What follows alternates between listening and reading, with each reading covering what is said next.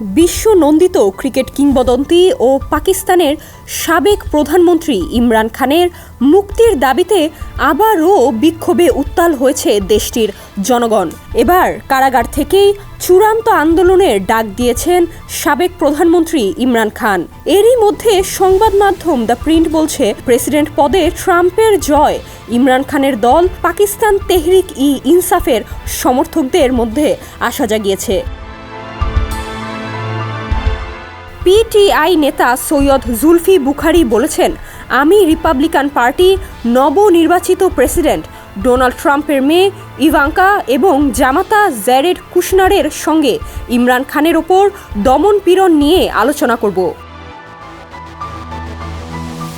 মাঠের অলরাউন্ডার আমি, আর ঘরের অলরাউন্ডার টাইলক্স।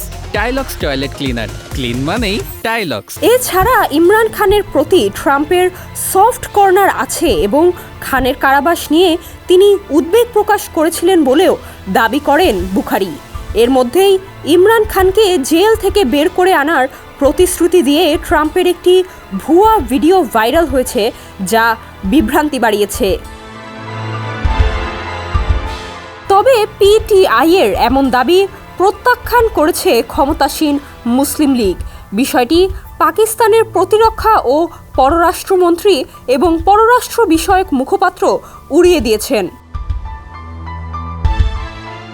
আগামী 24শে নভেম্বর ইসলামাবাদ অভিমুখে পদযাত্রা করবে ইমরানের দল পিটিআই। 13ই নভেম্বর আদিয়ালা কারাগারের বাইরে ইমরানের আইনজীবী ফয়সাল চৌধুরী একথা জানান বলে জিও নিউজের প্রতিবেদনে বলা হয়েছে। আইনজীবী ফয়সাল জানান, পিটিআইয়ের প্রতিষ্ঠাতা ইসলামাবাদ মার্চের জন্য একটি কমিটি গঠন করেছে। কর্মসূচি শুধু ইসলামাবাদেই হবে না, হবে পাকিস্তান জুড়ে। এছাড়া ইমরান খানের সমর্থকেরা যেখানে আছেন সেখানেই বিক্ষোভ হবে। এ সময় দাবি আদায় না হওয়া পর্যন্ত আন্দোলন চলবে বলেও জানান তিনি। ট্রাম্পের জয়ের পর ইমরানের টুইট অ্যাকাউন্ট থেকে একটি অভিনন্দন বার্তা পোস্ট করা হয়েছিল। পোস্টে ট্রাম্পকে ইমরানের খুব ভালো বন্ধু হিসেবে উল্লেখ করা হয়। পোস্টে লেখা ছিল, যুক্তরাষ্ট্রের প্রেসিডেন্ট নির্বাচনে জয়ী হওয়ায় আমার ও পিটিআইয়ের পক্ষ থেকে ট্রাম্পকে প্রাণ ঢালা অভিনন্দন। আমরা আশা করি বিশ্বব্যাপী শান্তি, মানবাধিকার ও গণতন্ত্রের প্রতি তিনি জোরালো ভূমিকা রাখবেন।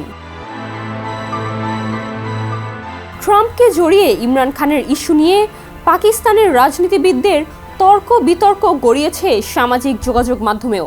ট্রাম্পের জয়ের পর জেনারেল আসিম মুনির কিভাবে ইমরান খানের কারাদণ্ডকে ন্যায্যতা দেবেন এমন প্রশ্ন তুলেছেন সাবেক মার্কিন রাষ্ট্রদূত জালমে খলিলাজাদ। তিনি লিখেছেন, এখন সময় এসেছে ইমরান খান এবং অন্যদের মুক্তি দেওয়ার, যাদের সুষ্ঠু বিচার প্রক্রিয়া ছাড়াই বন্দী করা হয়েছে। প্রতিবেদন মতে 2023 সাল থেকে 100টিরও বেশি অভিযোগের মুখোমুখি হয়ে কারাগারে রয়েছেন ইমরান খান। নুসরাত জাহান, ডেস্ক রিপোর্ট, সমকাল।